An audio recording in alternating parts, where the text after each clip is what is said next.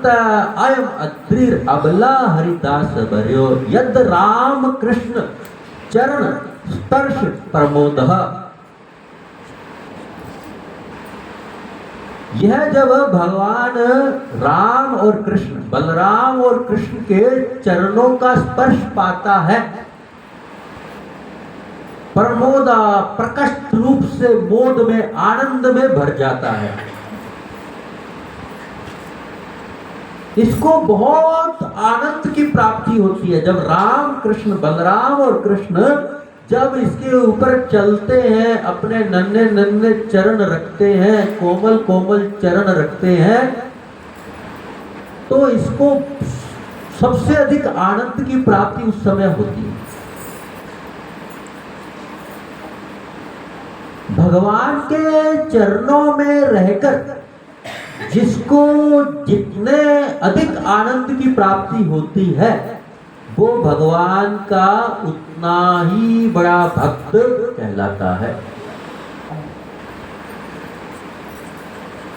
भगवान, अथवा ये कहो कि जो भगवान के चरणों में रहता है केवल उसी को आनंद मिलता है। जितने समय के लिए कोई भगवान के चरणों में रहता है उस समय तक वो आनंदित रहता है, और जैसे ही भगवान के चरणों का त्याग कर देता है वो दुखी हो जाता है।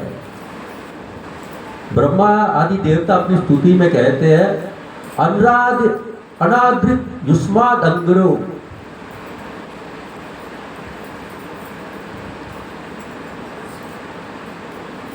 ये अन्य अरविंदाक्ष विमुक्त मानिना, तो अस्त भावा अविशुद्ध बुद्ध्या आरुह्य करिक्षरेण परम पदम तथा पतंती अधो अनादृत युष्मत् अंग्रे। कि जो व्यक्ति आपके चरणों का अनादर करता है उसको तो दुख के अलावा और कुछ मिल ही नहीं सकता है। अनादर मतलब जो उपेक्षा करता है, जो मनुष्य जीवन प्राप्त कर ले लेकिन भगवान के चरणों की उपेक्षा कर दे, उनको नेग्लेक्ट करने लग जाए, उनका त्याग कर दे, उसको दुख के अलावा और कुछ मिल ही नहीं सकता है। और जब इस गोवर्धन पर्वत को आनंद मिलता है, आनंद में ये गोवर्धन पर्वत जब आ जाता है तो इसकी जो शिलाएं हैं वो पिघलने लगती हैं। जब राम और कृष्ण, बलराम और कृष्ण जब अपने चरण गोवर्धन के ऊपर रखते हैं तो गोवर्धन में आनंद आ जाता है, और जब किसी को आनंद आता है तो उसके शरीर से पसीना निकलने लग जाता है। तो ऐसे ही गोवर्धन के शरीर से पसीना निकलने लगता है, अर्थात इसकी जो शिलाएं हैं वो पिघलने लगती हैं। जब किसी को आनंद आता है तो उसके ये जो रोम होते हैं, रोमांच आ जाता है, रोंगटे खड़े हो जाते हैं। इसी प्रकार से जब गोवर्धन राम कृष्ण के चरणों का स्पर्श पाकर आनंदित हो जाता है तो इसमें से तृण जो होते हैं, घास के तिनके वगैरह जो होते हैं वो उत्पन्न होने लग जाते हैं। रोंगटे जैसे हमारे खड़े होते हैं वैसे ही तिनके जो है वो इसमें से उत्पन्न हो जाते हैं।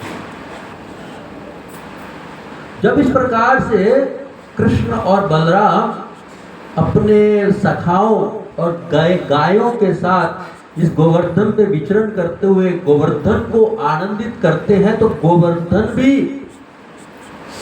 उनका सम्मान करता है। ये कैसे कृष्ण बलराम उनके साथियों का और उनकी गायों का सम्मान करता है, कैसे उनकी सेवा करता है? जो कुछ इसके पास है वो सब कुछ उनकी सेवा में लगा देता है। तो इसके पास क्या क्या है? पानी है।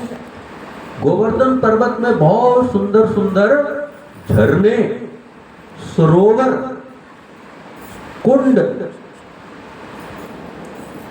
उसमें बहने वाला जो स्वच्छ निर्मल जल है वो कृष्ण और बलराम उनकी गायों को, उनके साथियों को पीने के लिए, कृष्ण बलराम को हाथ धोने के लिए, पैर धोने के लिए प्रदान करता है।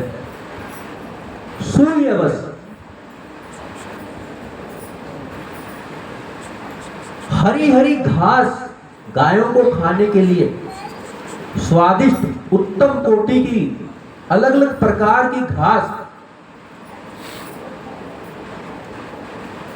कृष्ण बलराम की गायों को प्रदान करता है। और उस घास से जो आसन आदि बनते हैं, वो आसन आदि प्रदान करता है कृष्ण बलराम और उनके साथियों को बैठने के लिए। कंद्र, जब बारिश आती है या तेज धूप होती है या सर्दी होती है, उस समय अपनी गुफाएं कृष्ण बलराम को आराम करने के लिए प्रदान करता है। उन गुफाओं में बहुत सुंदर सुंदर पलंग लगे हुए हैं, प्रकाश के लिए दीपक लगे हुए हैं, चेहरा देखने के लिए इसकी शिलाओं के बने हुए शीशे, दर्पण आदि भी हैं। तो वहां ये आराम की सुविधा प्रदान करता है। और जब इनको भूख लगती है तो कंद मूल, जो गोवर्धन के ऊपर जो वृक्ष हैं, वो अपने फल और साथ ही साथ कंद मूल जो है वो सब कृष्ण बलराम को और उनकी गायों को प्रदान करता है। तो इस प्रकार से ये जो गोवर्धन है, ये अपना सर्वस्व कृष्ण और बलराम की सेवा में लगा देता है। आओ हम इसकी शरण ग्रहण करें, इसकी शरण ग्रहण